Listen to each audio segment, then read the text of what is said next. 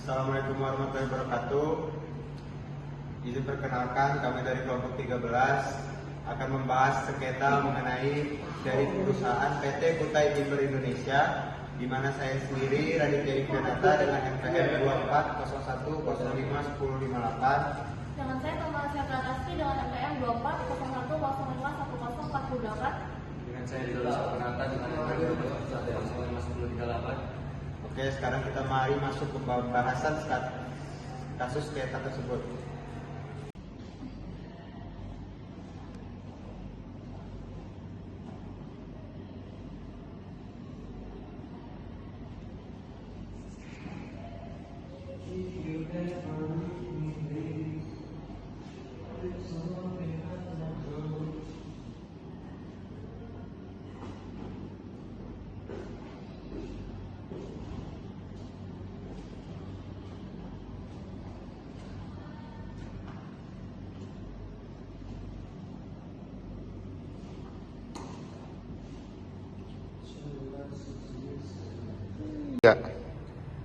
Alasan banding yaitu keberatan wajib pajak atas surat ketetapan pajak, kurang bayar pajak penghasilan pasal 26 masa pajak Mei 2019 nomor 0006/19/057/23 tanggal 10 Oktober 2023.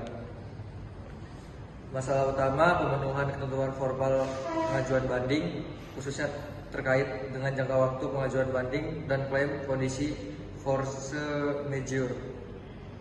Kronologi awalnya pada tanggal 10 Oktober 2023, DJP menerbitkan SK PKB pajak penghasilan pasal 26 Mei 2019.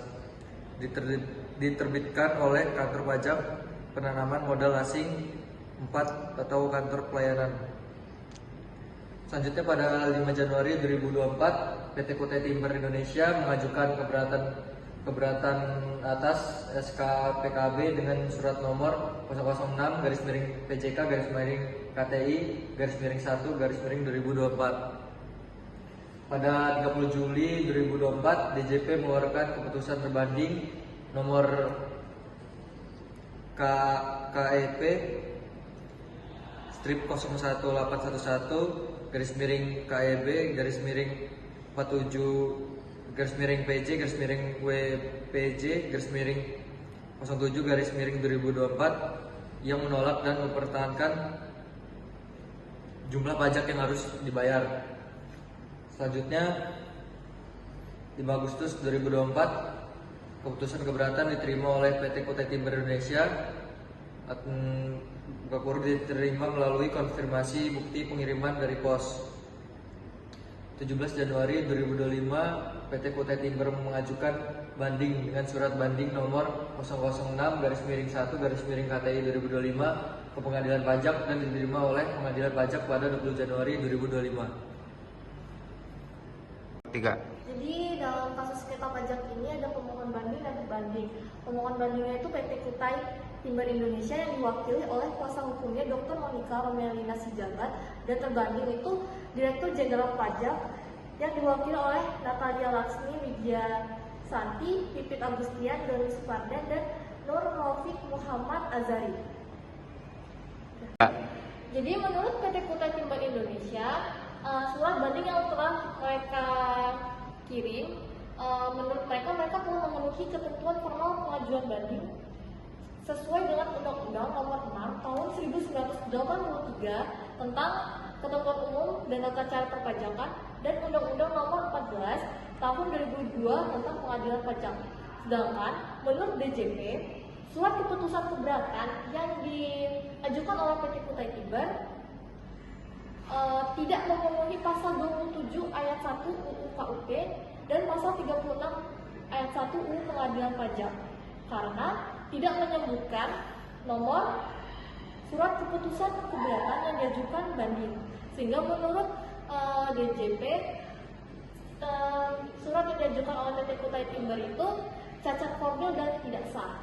Lalu argumen dikuatkan DJP yang kedua, surat banding nomor 006/1 KTI 2025 tanggal 17 Januari 2025 diindikasikan melebihi jangka waktu 3 bulan sehingga tidak memenuhi ketentuan pasal 35 ayat 2 UU Pengadilan Pajak dan pasal 27 ayat UU KUP. Jadi pada tanggal 5 Agustus 2024, PT Kutai Timber itu sudah menerima surat bahwa DJP tidak menerima surat keberatan yang diajukan oleh PT Kutai Timber. Namun, PT Kutai Timber baru mengeluarkan surat banding atau meminta banding ke pengadilan pajak pada tanggal 17 Agustus 2025 dan itu sudah melebihi jangka waktu 3 bulan. Oke, selanjutnya saya di sini Raditya Yudhyanata akan menjelaskan argumen kedua menurut dari PT Kutai Timber. Menurut PT Kutai Timber sendiri, pengajuan banding mereka terlambat ini disebabkan oleh force majeure, di mana penutupan lokasi mereka oleh pemerintahan Indonesia, yaitu terdapat pada bukti P8 pasal 70 huruf C dan juga P9 pada pasal 69 ayat 2 serta P10 pada pasal 70 huruf D. Kemudian kalau dari menurut DJP sendiri di argumen kedua ini, permohonan banding yang dilakukan oleh PT Kutai Timber sendiri tidak menjelaskan secara detail mengenai force majeure yang terjadi sebagaimana yang diatur pada pasal 35 ayat 3 Undang-Undang Pengadilan Pajak dan berdasarkan data pelaporan SPT selama periode bulan Agustus 2024 sampai Desember 2024.